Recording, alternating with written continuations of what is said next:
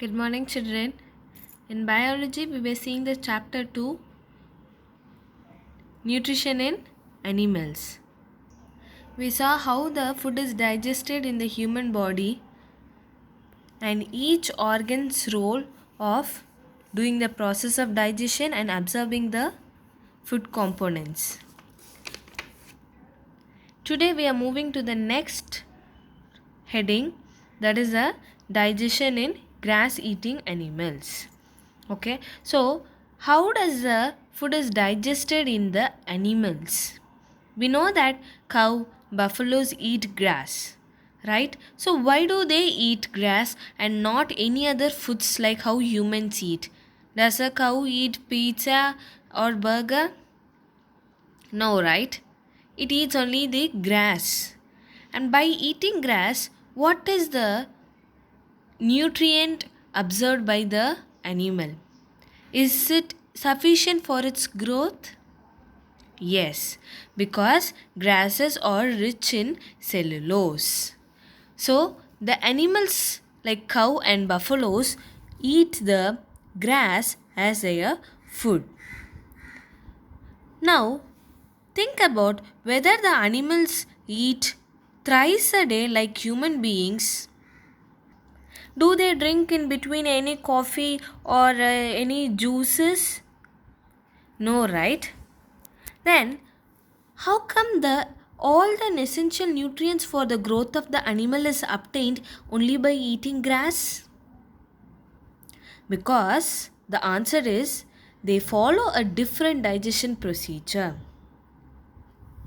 Like human beings, all the foods eaten do not get excreted and absorbed completely in case of cows and buffaloes. Instead, they have a part in their stomach called as rumen. The rumen is a part which is present in the animals like cow and buffaloes to store the grinded grass. Okay, so what does it do is the partially digested grass, that is the grinded grass, is called by the name cud. The cud gets stored in the rumen, and whenever the cow is feeling hungry, it brings it back again to its mouth and starts to chew. Okay, so this is called as chewing continuously, rumination. So I will tell you clearly that the cows and buffaloes do not eat foods like human beings, and do not they eat thrice a day, and they do not have any kind of snacks in between at all, but they also get the proper amount of nutrition for the growth of their well-being. Okay, they eat only grass. The grass, which is rich in cellulose, is chewed continuously by the animals because they have a part in their stomach called by the name as rumen, and this rumen stores the cud. Cud is nothing but the partially digested grass or partially grinded grass, which enables the cow to bring back to its mouth whenever it is hungry and to chew. Okay, so this process is called rumination, and since cows and buffaloes do the process of rumination, they are called by the name as ruminants. These animals are also called as ruminants. Understood how digestion is taking place in case of animals like cow and buffalo? Next, let us move to the process of digestion in amoeba. Amoeba is a single cell microorganism or microbe.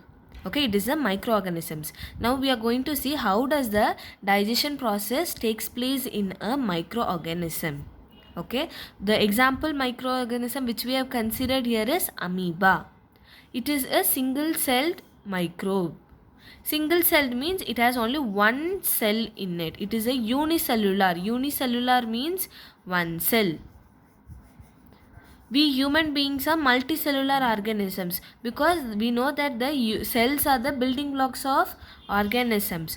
We humans have numerous amount of cells in our body, but amoeba is a single celled organism. It has only one cell for its living. So this is how a amoeba microorganism looks. First of all, let me tell you what is meant by a microorganism. Microorganism, as the name tells. See, microorganism. Okay, so this is an organism which is very minute in size. Micro is a very small in size. It cannot be seen with the naked eye. So we can see the microorganisms only using the microscope. It is not visible to the naked eye. Okay, so the amoeba, when you view it through a microscope, it looks like this. It doesn't have a specific structure like you know that the human beings means it will have legs, hand, hair as its outgrowth. If I tell it as a dog means it has 4 limbs and big ears. Birds will have the wings, right? So like that I cannot tell the structure of an amoeba. It is an irregular structure. It keeps on varying. Okay, you would learn in detail about the microorganisms in grade 8 as a separate chapter. Now coming to your amoeba, which is a microbe but a single-celled organism, does not have a regular structure. Its structure is irregular and it keeps on varying. Okay, so each microorganism has a very important part called as nucleus. Like how we have the heart and brain as an important organ of the human body. If you consider it as a chemical object, any chemistry, you would have the proton, electron and nucleus. Inside the nucleus you would have the proton and neutrons. So this nucleus is the heart of the microorganisms. All the microorganisms will have the nucleus, which is the battery for these microorganisms. I can even tell like that. Okay. The speciality of microorganism amoeba is it has pseudopodia. Like human beings, the microorganisms also move from one place to another. For the movement of microorganism, they have a structure called flagella, which is a hair-like structure. Have a look at this. This is a microorganism named as Chlamydomonas. It has a flagella, 2 hair-like structures here. This is called as flagella. Okay, they are long, thin hair-like structures which enables the microorganisms to move from one place to another. But whereas if you see here in amoeba, you do not have the hair-like structures. This is how an amoeba looks like. Its structure is like this. So can you find any hair-like structures here? No. So the speciality of amoeba is it does not have the flagella. Instead, it uses the pseudopodia for its movement. Pseudopodia is nothing but the outer layer of the microorganism amoeba, which acts like having finger-like projections for its movement. Can you see the finger-like projections here?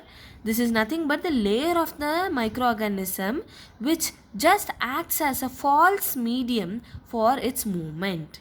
Okay, so that is why the name of the outer layer is given as pseudopodia. Pseudo means false. It is the false layer for movement. Okay, the outer lining of amoeba is given the name pseudopodia because it acts like a false attachment, that is a false finger-like projections for the movement of amoeba. Okay, so now let us see how does the digestion happens in amoeba. So this is a food particle. Okay, the food particle is captured by the pseudopodia.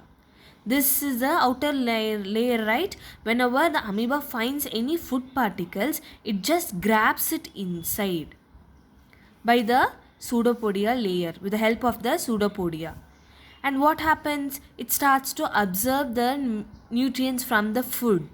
Okay, once the food is captured and absorbed, it behaves like a food vacuole. This is the food which is grabbed inside by the amoeba with the help of pseudopodia. Now absorption of food material takes place so that the food behaves like a food vacuole. Vacuole means the an outer layer given to the food material so that the absorption process is taking place in the food vacuole. Okay, so once the food is completely absorbed, what happens? The amoeba has to excrete. Once digestion is happening, excretion also has to happen, right? So again the excretion process happens through which the absorbed food material is thrown out or excreted out again through your pseudopodia. Understood? So in an amoeba, digestion happens like the capturing of food particles via your pseudopodia, and then absorbing the food material is done with the help of the food vacuole, and then egestion, excretion happens. So in an amoeba, the food material is captured as well as ejected out with the help of the pseudopodia. This pseudopodia is also enabling the amoeba for its movement. Clear, children? Okay, with this your chapter 2 gets over. Thank you.